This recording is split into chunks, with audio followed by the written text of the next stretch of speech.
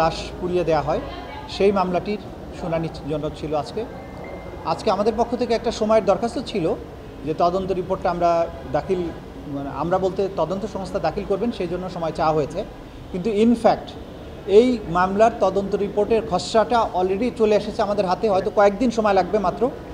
আদালত যদিও 28 এপ্রিল পর্যন্ত সময় দিয়েছেন, কিন্তু এটা আসলে তদন্ত প্রস্তুত হয়ে গেছে, রিপোর্ট প্রস্তুত হয়ে গেছে। ঈদের পরপরই এটা দাখিল করা হবে আনুষ্ঠানিকভাবে। অনানুষ্ঠানিকভাবে আমাদের হাতে এটা চলে এসেছে, সে কারণে 28 এপ্রিল পর্যন্ত সময় দিয়েছেন এবং আমরা আশা করছি এই মামলাটার ফর্মাল চার্জ দাখিলের মধ্য দিয়েই হয়তো আনুষ্ঠানিক বিচারের কাজটা শুরু করা যাবে।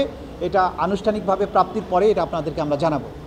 একই সাথে আজকে আপনাদেরকে আমরা জানাতে চাই যে চানখারপুল সংক্রান্ত যে আলাদা একটা মিসকেস ছিল সেটিরও তদন্ত রিপোর্ট খসড়াটা আমাদের হাতে চলে এসেছে।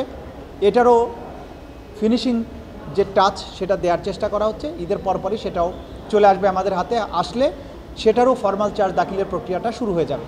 তো আজকের দিনে এটাই প্রসিডিং ছিল। বিচার শুরু হচ্ছে ঈদের পর বললে আবার একটা বিভ্রান্তি তৈরি হতে পারে, কারণ রিপোর্টটা ফাইনালি পাবো আমরা। তো রিপোর্টটা ফাইনালি পাওয়ার পরে ফর্মাল চার্জ দাখিল হলে বিচার শুরু হবে বলতে পারেন, কিন্তু যদি আপনারা বলেন যে ঈদের পরেই বিচার শুরু হচ্ছে তাহলে একটু বিভ্রান্তি হবে, কারণ ইনফ্যাক্ট ঈদের পরপরই ফর্মাল চার্জ দাখিলের প্রক্রিয়াটা শুরু হবে, এটা বলতে পারি। চানখারপুলে কিন্তু শহীদ আনাসকে হত্যা করার ঘটনাটা এর মামলার মধ্যে সম্পৃক্ত, যে মায়ের কাছ থেকে অনুমতি না নিয়ে পালিয়ে এসে আন্দোলনে যোগ দিয়েছিল এবং একটা চিঠি লিখে এসেছিল, হৃদয়স্পর্শী চিঠি।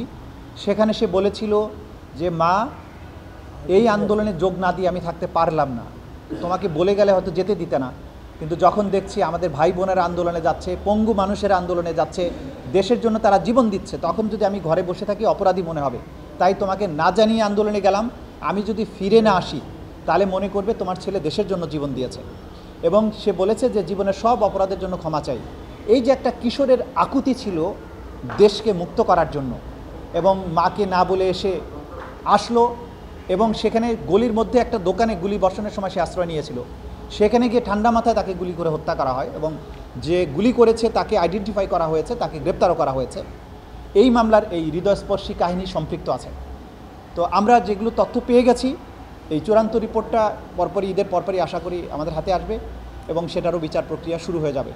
আমরা এইসব শহীদদের পরিবারের প্রতি, শহীদদের প্রতি যে দায়িত্ব সেটা আমরা পালন করব। মামলার ব্যাপারে যেটা কমান্ড রেসপন্সিবিলিটির মামলা, এটা হলো সবচেয়ে বেশি ডকুমেন্ট এখানে ইনভলভড, সেটারও চূড়ান্ত পর্যায়ের কাজ চলছে। আশা করছি ঈদের পরে সেটাও চলে আসবে, কারণ শেখ হাসিনার কমান্ড রেসপন্সিবিলিটি প্রমাণ করার জন্যে সবগুলো মামলারই কিন্তু সব ঘটনারই এক্সট্রাক্ট কিন্তু এখানে চলে আসবে। এর বাইরে যে সেন্ট্রাল তার যে সমস্ত ব্যাপার স্যাপার ছিল সেগুলো এখানে আসবে। সুতরাং এটা অনেক বড় মামলা, সেই জন্য এটা একটু বেশি সময় লাগছে, বাট এটাও আমরা আশা করছি ঈদের পরপরই এটাও চলে আসবে আমাদের কাছে।